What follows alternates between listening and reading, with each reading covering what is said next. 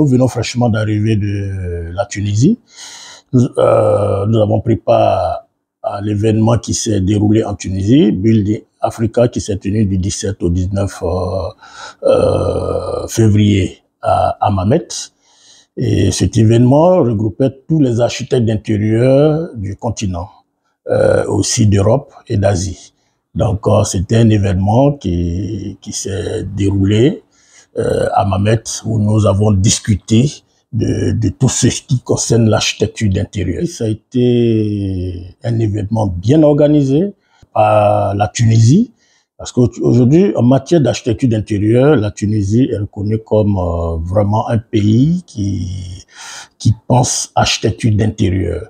Raison pour laquelle l'événement a été organisé par nos confrères tunisiens et nous avons été associés. Parce que l'objectif aujourd'hui, en ce qui concerne l'architecture d'intérieur, c'est de créer une famille, c'est de créer, de parler d'une seule voix.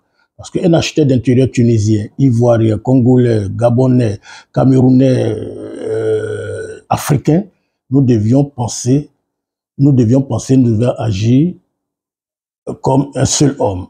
Parce que le problème de l'architecture d'intérieur, ce qui nous a amené à Mamet, en Tunisie, pour discuter, parce que beaucoup d'architectes d'intérieur rencontrent les mêmes problèmes dans chaque pays. Donc, nous étions là-bas pour participer déjà au salon et aussi discuter de l'avenir et du futur de l'architecture d'intérieur. Donc, la Tunisie, qui est un précurseur dans le domaine de l'architecture d'intérieur, a décidé de nous recevoir et de parler de ce beau métier qui nous unit. C'est la Tunisie qui a organisé le Build Africa et qui a décidé d'associer ses frères architectes d'intérieur du continent africain. Parce qu'aujourd'hui, la Tunisie a pensé qu'il est grand temps que nous prenions notre destin en main. Et ce destin en main, c'est que nous devions parler d'une seule voix et que nous devions avoir un seul objectif. Raison pour laquelle nos confrères tunisiens ont organisé et nous ont associés à cet événement. Et cet événement était présent plusieurs pays africains.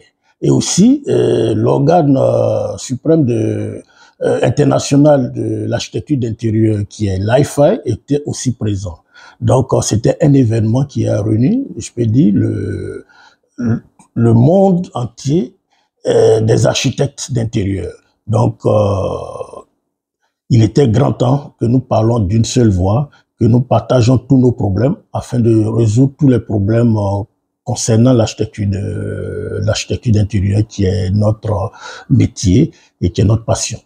À sortir de cet événement, on peut dire, nous avons vraiment développé, analysé tous les problèmes qui concernent l'architecture d'intérieur. Nous avons été vraiment bien reçus par nos confrères tunisiens, avec comme on le sait, l'hospitalité tunisienne. Donc, ils nous ont montré qu'est-ce que c'est la Tunisie, la culture tunisienne, parce que d'Amamet, ils nous ont fait visiter aussi Sfax. Nous sommes aussi allés à Sfax, nous avons visité Sfax. Et ils nous ont fait partager la culture tunisienne. Et que cette culture, je peux le dire, on la connaissait peut-être, mais pas trop. Parce que ce que nous savions de la Tunisie, c'est maintenant que la Tunisie même s'ouvre sur les autres pays, parce que la Tunisie était un peu repliée sur elle-même. Mais nous savions très bien que, surtout la Côte d'Ivoire et la Tunisie, il n'y a pas de visa, un. Et deux, l'amitié entre la Tunisie et la Côte d'Ivoire ne date pas d'aujourd'hui. Elle date de l'époque d'Houphouët et de Habib Bourguiba. C'était deux grands amis et qui ont pensé développer l'Afrique, développer la culture africaine à travers l'éducation. Raison pour laquelle, en Tunisie, on trouve beaucoup d'écoles de formation. Aussi, en Côte d'Ivoire, on trouve beaucoup d'écoles de formation parce que ces deux grands présidents ont dit le développement de l'Afrique partira de sa matière grise.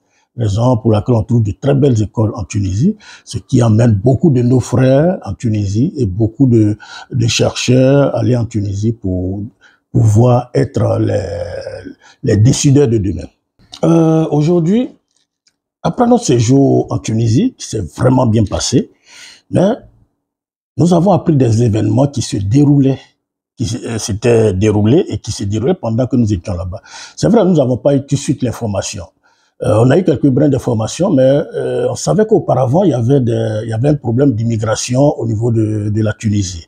Donc, on s'est dit, ce problème peut se résoudre parce qu'on dit, certaines personnes, jeunes Africains, dommages, qui sont dans l'obligation de traverser l'eau et aller chercher le bonheur ailleurs, chose que nous devions résoudre parce que chacun peut développer chez lui, peut avoir le bonheur. Mais aujourd'hui, nous ne pouvons pas empêcher la population de se déplacer, d'aller chercher le meilleur être. Pas traverser l'eau, mais en Afrique, nous pouvons nous déplacer parce que nous sommes un continent où on peut avoir le bonheur, peu importe la zone où nous nous trouvons. Mais ce que nous avons appris, un événement malheureux qui se passe là-bas, qui nous a aussi inquiétés. Parce que en tant que ressortissants africains, on s'est posé la question, qu'est-ce qui se passe? Bon, mais quand on va sur les réseaux, on a vu que vraiment il y avait certaines choses qui se passaient. Notre rôle n'est pas de jeter l'huile sur le feu. Aujourd'hui, la grande histoire entre la Tunisie et la Côte d'Ivoire, moi je parle de l'histoire entre le président Bokiba et le président Houphouët-Boigny, ce qui a amené aujourd'hui beaucoup d'Ivoiriens à aller dans les écoles tunisiennes pour se former. Ça a amené deux personnes aimant la Tunisie à aller s'installer. Amener, c'est pas seulement que la Côte d'Ivoire, d'autres pays allaient s'installer en Tunisie pour bénéficier de la connaissance et des grandes écoles de la Tunisie. Les événements aujourd'hui qui se passent, je peux dire, il faut trouver la bonne voie. Parce que ça ne sert à rien entre nous, Africains, d'arriver à ce stade. Parce que comme je le disais, ne nous trompons pas de combat. Nous ne sommes pas des ennemis, nous ne sommes pas des adversaires. Un Africain ne doit pas en vouloir à un autre Africain. Que tu sois Africain arabe, Africain blanc, Africain noir, nous avons le même destin et les mêmes objectifs de développer notre continent. Aujourd'hui, pour des cas qui se passent, on ne doit pas généraliser. Tout problème peut arriver, mais il faut trouver la bonne solution et ne pas généraliser et aussi mettre de l'huile sur le feu. Parce que chacun a besoin de se sentir bien dans un endroit. Je suis ivoirien. Si je trouve qu'en Tunisie, je peux trouver mon bonheur, pourquoi ne pas aller en Tunisie pour trouver mon bonheur? Un Tunisien qui pense qu'en Côte d'Ivoire, il peut trouver son bonheur, il viendra s'installer en Côte d'Ivoire.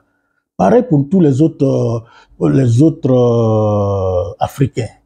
Donc, nous ne devions pas agir en mal vers nos compatriotes, un citoyen africain.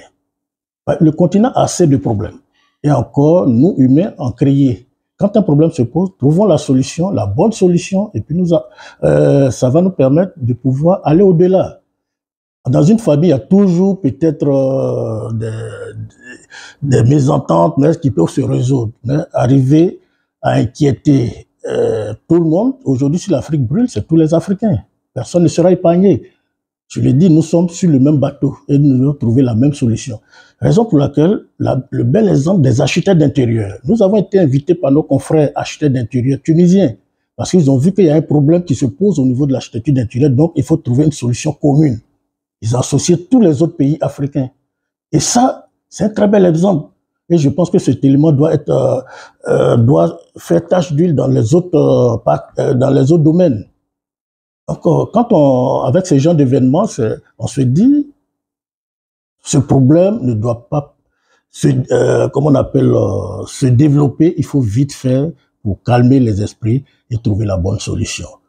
Aujourd'hui, en tant qu'architecte d'intérieur, je me dis, l'Afrique, c'est comme notre maison.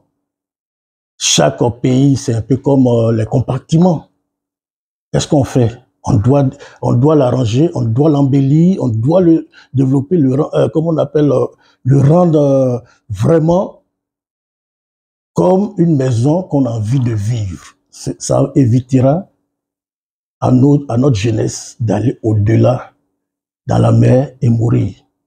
Parce que c'est pas ce qu'on nous a donné comme éducation. Mais souvent, c'est des choses qui arrivent, mais comment résoudre ça?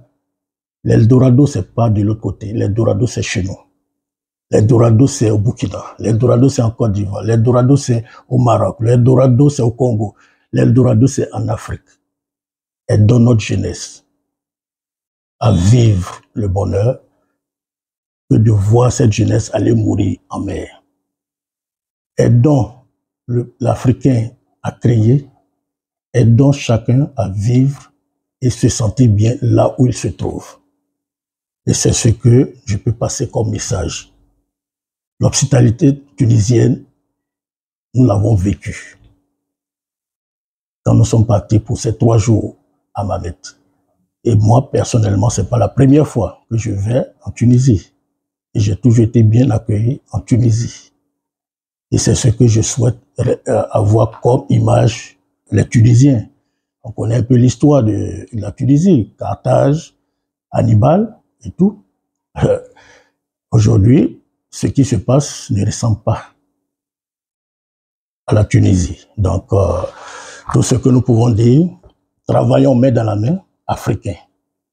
Que tu sois en Tunisie, en Côte d'Ivoire, au Togo, au Gabon, au Cameroun, en Égypte, partout, nous sommes des Africains. Et ça, c'est l'élément qui nous rassemble.